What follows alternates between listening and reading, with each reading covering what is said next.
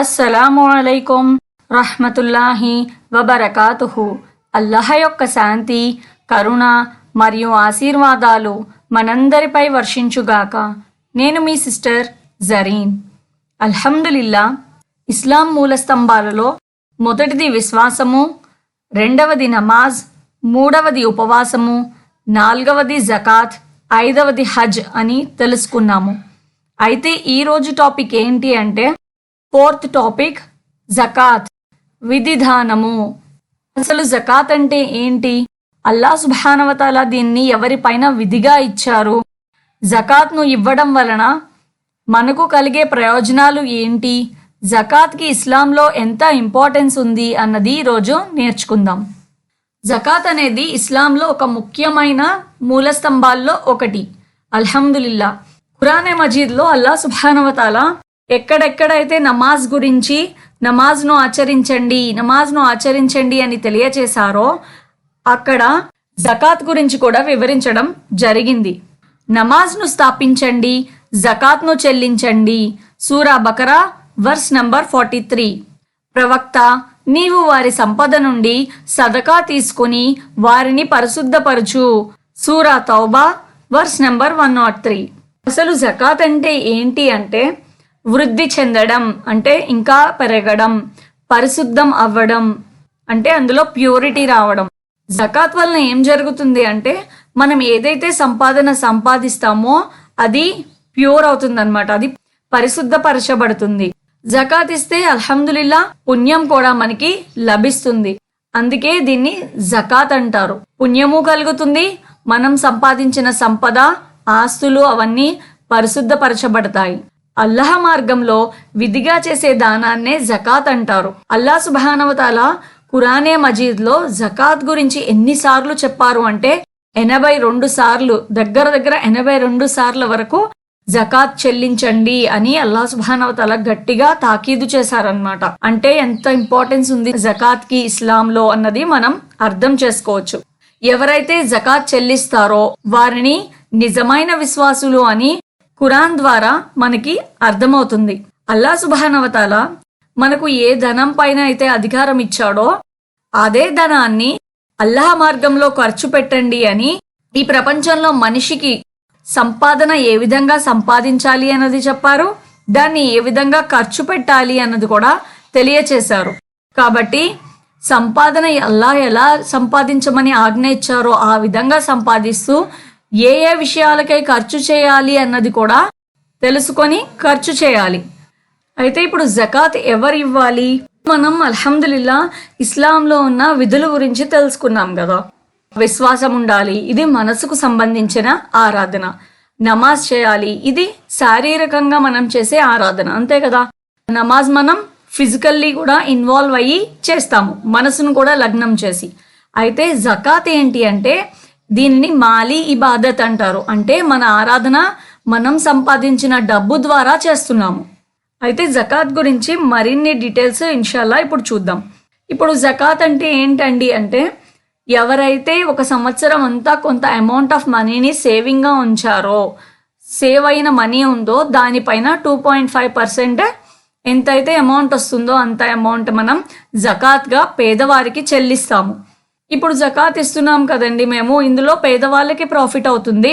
మరి మేము ఇస్తున్నాం కాబట్టి అల్లాహ్ సుబ్హానహు వ తఆలా మా పైన ఏ విధమైన కరుణ కురిపిస్తారు అంటే ఎవరైతే జకాత్ను ఇస్తారో అల్లాహ్ సుబ్హానహు వ తఆలా వారి హృదయాలను శుద్ధి చేస్తాడు మరియు వారి సంపదను కూడా శుద్ధి చేస్తాడు. ఖురాన్లో అల్లాహ్ తఆలా ఏమని చెప్పారు అంటే అల్లాహ్ మార్గంలో చిత్తశుద్ధితో మీరు ఖర్చు పెడితే అల్లాహ్ సుబ్హానహు వ తఆలా దానిని మరింత రెట్టింపు చేసి మీకే ఇస్తాడు, మీ పాపాలను కూడా క్షమిస్తాడు. అల్హమ్దులిల్లా, చూడండి, మనం చిత్తశుద్ధితో నేను అల్లాహ్ను రాజీ చేసుకోవాలి అన్న సంకల్పంతో గనక దానం చేశాము అంటే అల్లాహ్ సుబ్హానహు వ తఆలా మన సంకల్పాన్ని బట్టి, మనం ఖర్చు చేసింది ఒక 10 రూపాయలు అనుకోండి, అల్లాహ్ సుబ్హానహు వ తఆలా దాన్ని రెట్టింపు చేసి ఇస్తారు. ఇంతకంటే ద బెస్ట్ ఇన్వెస్ట్మెంట్ ఏముంటుంది? అల్లాహ్ సుబ్హానహు వ తఆలా చాలా నిజాయితీపరుడు. అల్లాహ్ ఒక్కసారి మాట చెప్పారు అంటే అది నిజం, అది జరిగి తీరుతుంది, అందులో ఏ విధమైన అనుమానము లేదు. మరియు అల్లాహ్ తాలా ఏమంటున్నారు, మన పాపాలన్నిటిని కూడా అల్హమ్దులిల్లా క్షమిస్తాను అని చెప్తున్నారు. కొంతమంది వెండి, బంగారము, డబ్బులు ఇవన్నీ దాచుకుంటూ వెళ్ళిపోతారు. కానీ అల్లాహ్ సుబ్హానహు వ తఆలా చెప్పిన మార్గంలో వాటిని ఖర్చు పెట్టరు. అల్లాహ్ సుబ్హానహు వ తఆలా ఏమంటున్నారు, అలా ఖర్చు పెట్టకుండా దాచుకుంటూ వెళ్ళిపోయే వారి కోసం శిక్షలు ఉన్నాయి అని వారికి గుర్తు చేయండి అని అల్లాహ్ సుబ్హానహు వ తఆలా ఖురానే మజీద్లో తెలియచేశారు. ఇప్పుడు దీన్ని బట్టి మనకి ఏమర్థమవుతుంది అంటే, జకాత్ ఇవ్వడం అనేది ఇహలోకంలో మాత్రమే కాదు, పరలోకం యొక్క సాఫల్యం కోసం కూడా అని మనకి అర్థమవుతుంది. జకాత్ ఇస్తే అల్హమ్దులిల్లా మన పాపాలు క్షమాపణ అవుతాయి, మన హృదయం పరిశుద్ధపరచబడుతుంది, మనం సంపాదించిన సంపాదన పరిశుద్ధపరచబడుతుంది. ఇది మాత్రమే కాదు, పరలోకంలో కూడా మనం సాఫల్యం చెందుతాము. ఏ వ్యక్తి అయితే జకాత్ ఇస్తాడో అతనికి ఇది మారుమారు గుర్తు వస్తూ ఉంటుంది. అది ఏంటి అంటే, ఇహలోకంలో నేను సంపాదించిన డబ్బు, ఆస్తులు నా గొప్పదనం వల్ల వచ్చినవి కాదు, ఇది అల్లాహ్ కరుణతోనే నాకు వచ్చాయి అని. అంతే కదా. ఇప్పుడు ఒకళ్ళు జకాత్ ఇస్తున్నారు, తనతో పాటు ఉన్న వేరొకళ్ళు జకాత్ ఇవ్వలేకపోతున్నారు అంటే అర్థం ఏంటి? అల్హమ్దులిల్లా అల్లాహ్ తాలా నాకు ఈ స్తోమతను కలగచేశాడు కాబట్టి నేను ఈ పుణ్యకార్యం చేయగలుగుతున్నాను, లేకపోతే నేను చేయగలిగేవాడిని కాదు కదా అని అతనికి అల్లాహ్ ఇచ్చిన అనుగ్రహాల మీద ఫోకస్ ఉంటుందన్నమాట. జకాత్ అనేది ఒక ఫరజ్ ఆరాధన, అంటే ఇది కంపల్సరీగా చేయాలి. ఇందులో ఎలాంటి కన్సెషన్స్ కానీ లీనియన్సెస్ కానీ లేవు. ఎవరైతే జకాత్ను అంగీకరించరో వారిని కాఫిర్గా ఇస్లాంలో పరిగణిస్తాము. ఎవరైతే డబ్బు ఉండి కూడా జకాత్ ఇవ్వరో వాళ్ళని కఠిన పాపాత్ములుగా అల్లాహ్ సుబ్హానహు వ తఆలా లెక్కిస్తారు. ఇప్పుడు జకాత్ ఎవరిపైన ఫరజ్ అండి అంటే, నిసాబ్ కంటే ఎక్కువ డబ్బులు ఉన్న వాళ్ళపైన. అంటే అల్లాహ్ సుబ్హానహు వ తఆలా ఏమని తెలియచేశారు, మన దగ్గర కొంత అమౌంట్ ఉండాలి, అది సేవింగ్ అయి ఉండాలి, ఇన్కమ్ మీద జకాత్ లేదు. ఎవరైతే ఒక సంవత్సరం పూర్తిగా వారి దగ్గర కొంత అమౌంట్ ఆఫ్ సేవింగ్ మనీ కానీ గోల్డ్ కానీ వెండి కానీ ఉన్నాయి అంటే ఆ వ్యక్తి పైన జకాత్ అనేది ఫరజ్ అవుతుంది. అయితే ఆ సేవింగ్ మీద ఒక సంవత్సరం కాలం గడిచి ఉండాలి. అయితే సంవత్సర కాలం అంటే జనవరి 1 నుంచి జనవరి 1 వరకు అంటే కాదు, మనం ఇస్లామిక్ క్యాలెండర్ని ఫాలో అవుతాం. అంటే చాంద్రమాన సంవత్సరం, మన ఇస్లామిక్ నెలల ప్రకారం ఇప్పుడు 1 రబియుల్ అవ్వల్ అనుకోండి, మళ్ళీ 1 రబియుల్ అవ్వల్కి మన సేవింగ్స్ మీద 1 ఇయర్ గడిచినట్టు. జకాత్ అనేది ఏ నెలలో అయినా ఇవ్వచ్చు, కానీ రంజాన్ నెలలో ఇస్తే ఏంటి అంటే అల్హమ్దులిల్లా మనకి రంజాన్ నెల అంటే మనం చాలా అటెంటివ్గా ఉంటాము. కాబట్టి రంజాన్ నెలలో చేసిన పుణ్యకార్యాలు కూడా డబల్ చేసి అల్లాహ్ తాలా దాని ప్రతిఫలాన్ని ఇస్తారు. కాబట్టి ధార్మిక పండితులు ఏం చెప్తారు అంటే, రంజాన్ నెలలో జకాత్ తీయడం మరింత పుణ్యకార్యాలని సంపాదించుకోవడానికి కారణమవుతుంది అని చెప్తారు. కాబట్టి చాలా మంది రంజాన్ నెలలోనే జకాత్ను అదా చేస్తూ ఉంటారు. ఈ సంవత్సరం అనేది చాంద్రమాన సంవత్సరం ప్రకారం మనం కొలుచుకోవాలి. అయితే ఇప్పుడు నిసాబ్ అన్నారు కదండి, అసలు నిసాబ్ అంటే ఏంటి అంటే, అల్లాహ్ సుబ్హానహు వ తఆలా ఇంత అమౌంట్ ఆఫ్ సేవింగ్ మీ దగ్గర ఉంటే దానిపైన జకాత్ ఉంది అని చెప్పారు. అయితే ఎంత అమౌంట్ ఆఫ్ మనీ ఉండాలి, ఎంత అమౌంట్ ఆఫ్ బంగారం ఉండాలి అన్నది చూద్దాం. బంగారంపై నిసాబ్ 87 గ్రామ్స్ 480 మిల్లీగ్రామ్స్ ఉండాలన్నమాట. ఇంత బంగారం ఉంది లేదా ఇంతకంటే ఎక్కువ బంగారం ఉందనుకోండి, ఇప్పుడు మీ పైన జకాత్ అల్లాహ్ సుబ్హానహు వ తఆలా విధిగా చేశారు.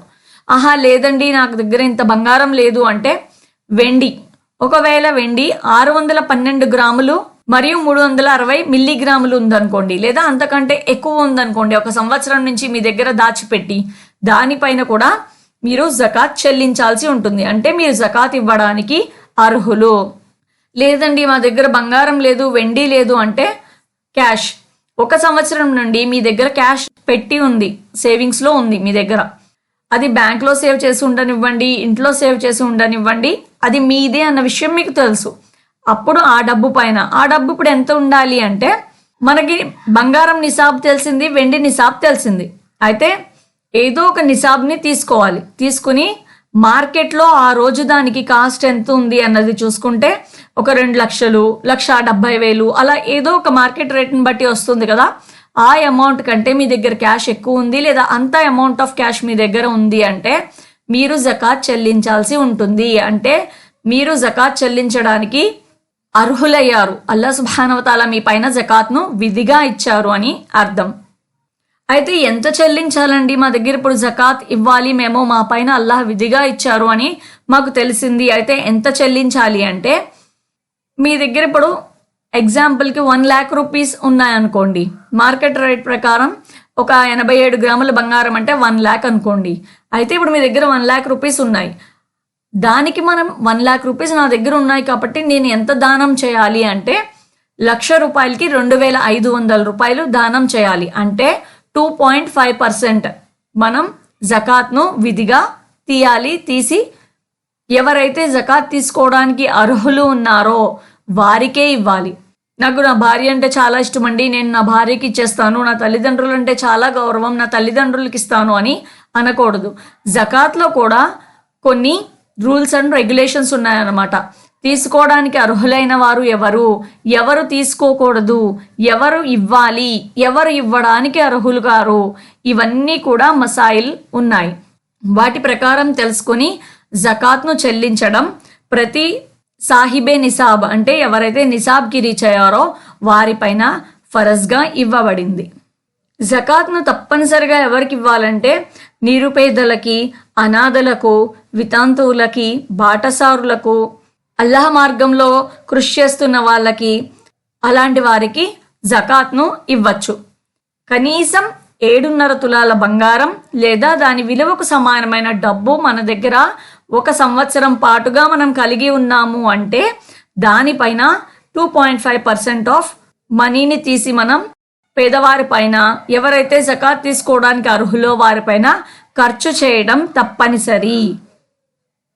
ఇప్పుడు నేను జకాత్ ఇస్తున్నాను కదా అని జకాత్ తీసుకునే వాళ్ళని తక్కువ చేసి చూడడం, వారి మనసు బాధపడేలా మాట్లాడడం చేయకూడదు. ఎందుకు అంటే ఇచ్చిన అల్లాహ్ సుబ్హానహు వ తఆలానే వాళ్ళకి ఇవ్వకుండా వాళ్ళ జీవితాన్ని నడిపిస్తున్నారు. మనమేమి మన గొప్పతనంతో ఇంత బిల్డింగులు కట్టేసి జకాత్ నిసాబ్ని క్రాస్ చేయగలిగే కెపాసిటీ మన దగ్గర ఏం లేదు. అల్లాహ్ తాలా ఇచ్చిన దయా కృప వలనే మన దగ్గర ఈ అమౌంట్ ఆఫ్ మనీ ఉన్నాయి. కాబట్టి నేను నీకు ఇచ్చాను కదా అని వాళ్ళని మాట్లాడుతూ దెప్పిపోవడం కానీ, వాళ్ళ మనసు బాధపడేలా చేయటం కానీ ఇలా చేయకూడదు. ఎంతో గౌరవంతో ఎవరైతే జకాత్కి అర్హులయ్యారో వారికి ఆ అమౌంట్ ఆఫ్ మనీని చేరవేయాలి. అల్హమ్దులిల్లా, వీరి ద్వారా అల్లా నాకు ఒక పుణ్యకార్యం చేసుకునే అదృష్టాన్ని కల్పించాడు అని వాళ్ళకి రెస్పెక్ట్ ఇవ్వడం చాలా ఇంపార్టెంట్ అన్నమాట. పుణ్యకార్యాలు ఎప్పుడూ చూపించుకోవడానికి చేయకూడదు. జకాత్ ఇస్లాంలో ఎప్పటి నుండి విధిగా ఇవ్వబడింది అంటే 2వ హిజ్రీ సంవత్సరం నుండి జకాత్ అనేది ప్రతి ముస్లిం పైన అల్లాహ్ సుబ్హానహు వ తఆలా విధిగా ఇచ్చారనమాట. అల్లాహ్ సుబ్హానహు వ తఆలా మనందరికీ జకాత్ విధులను గురించి, మసాయిల్ గురించి తెలుసుకొని అల్లాహ్ను రాజీ చేసుకునే అదృష్టాన్ని, భాగ్యాన్ని కల్పించుగాక. ఆమీన్.